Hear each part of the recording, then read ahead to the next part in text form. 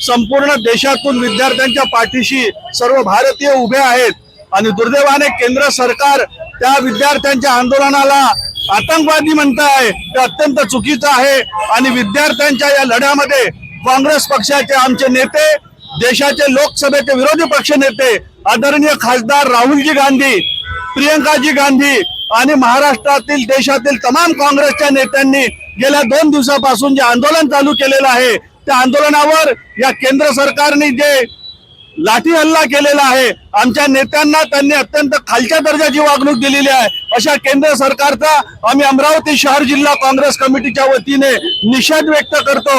आणि हे आंदोलन केवळ तुमचं आमचं नसून आमची ही लढाई पोलिसांच्या विरोधात नाही, कारण की हे पोलिसांच्या मुलांसाठी सुद्धा आम्ही आंदोलन करतोय। म्हणून अमरावतीकर जनतेला माझी नम्र विनंती आहे की आपण काँग्रेस पक्षाच्या आंदोलनामध्ये सर्वांनी सहभागी व्हावं आणि या केंद्र सरकारला, या देशाच्या शिक्षण मंत्र्यांनी तात्काळ राजीनामा द्यावा, नरेंद्र मोदी यांनी राजीनामा द्यावा अशी मागणी अमरावती शहर जिल्हा काँग्रेस कमिटीच्या तमाम सर्व पदाधिकाऱ्यांच्या वतीने करतो।